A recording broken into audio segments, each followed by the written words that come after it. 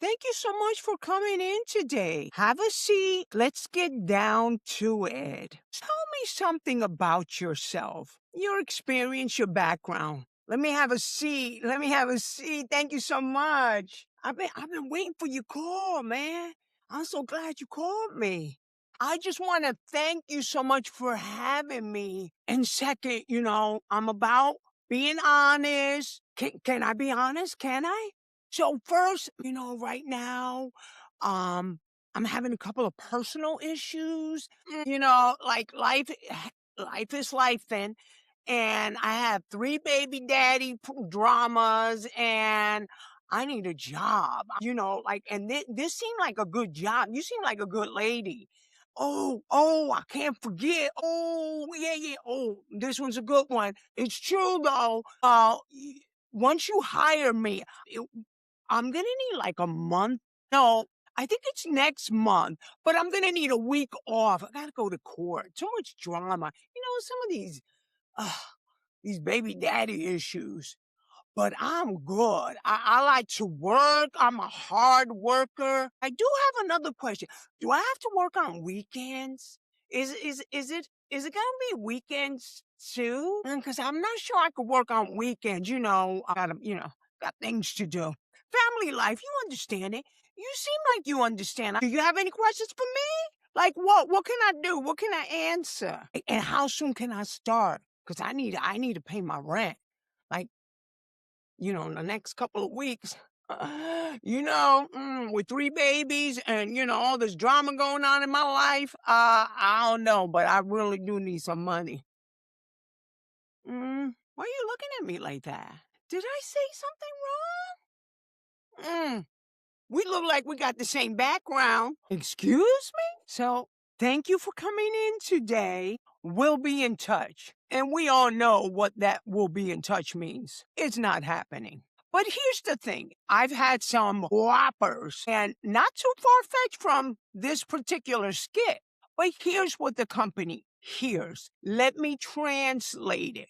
What I heard was this person is high maintenance. They may not know their value. They try to be relevant. You're at an interview. You're there for them to hire you.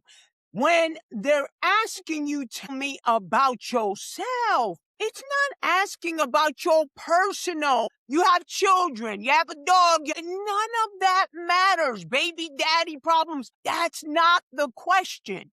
The position that we're filling or we're looking for, I love great personalities. I'm friendly. I love personalities. I love humor. I love it.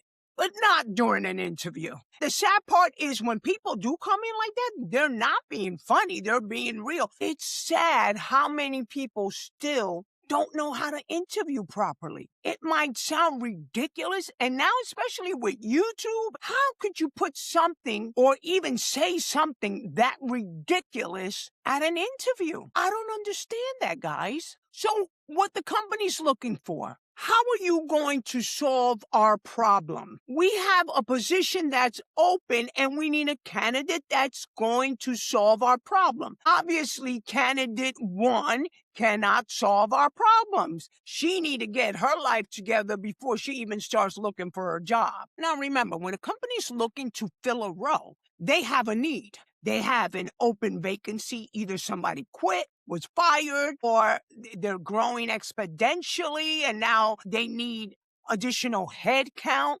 Deadlines are maybe slipping through and then last minute they're running to HR. I need somebody. Stuff is falling through the cracks. Communication is getting messy and there's no one there to help them to answer it.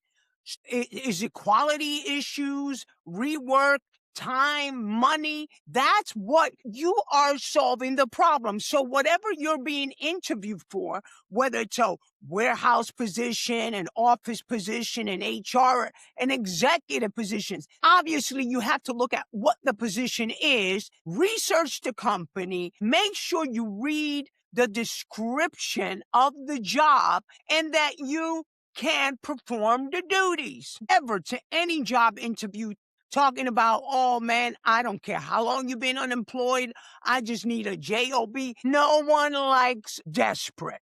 especially an employer that's looking for somebody that's going to solve their problem. You might just be unemployed 3 years. I get that. I know there's some people out there that are unemployed for a long period of time. And my heart does go out to you. And I know some of you might, what kind of Christian are you? Let me tell you, do not use my Christianity or try to use my Christianity as a weapon for me to be in a doormat. I have to be professional. We still have to do our jobs. I have to bring a capable person into the job, one that's going to be a good fit that could perform the duties. Companies don't want a huge turnover. That's not what we want. And I can tell you from HR, I don't want a huge turnover. I want you to stay at your job. I want to see how you can progress. How can we promote you from within? Succession planning. How do we do that if we hire the wrong person from the get-go? As an HR person, people want to blame HR all the time, but how many times it's the manager? Oh, no, that's the person I want. No, that person, oh, that person's perfect. But you know what? Many times it's because they're desperate. They need a body, or so they think. But be mindful, because once you bring that person in, is that person going to hinder your department?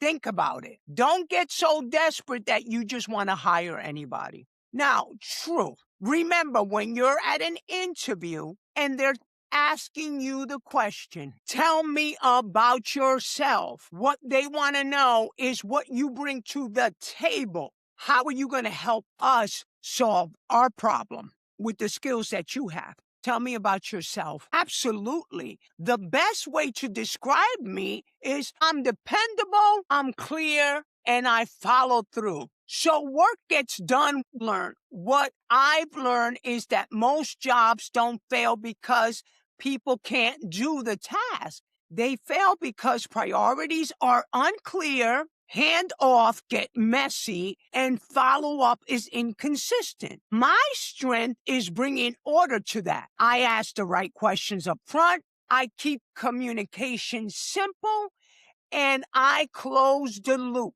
meaning people aren't left guessing what happens or what's next. Here's what you can expect from me. If there's a problem, you'll hear it early with a solution, not late with an excuse. And if I say something will be done, it will get done. Or I'll get clear updates before it becomes a surprise. In my last role, I was trusted to take messy situations and make them manageable, tighten the process, reducing errors, improving turnover time, or creating simple trackers so deadlines didn't stop and things did not get messy. Nothing fancy, just consistent execution. I'm excited about this role because you're looking for someone who can deliver reliability, communication clearly, and keep things moving. And that's exactly how I operate. Now, you see what I've done there? I've made them think about what I bring and how I can help. You need to learn, fill in those blanks for the company. That's impressive. Nice job.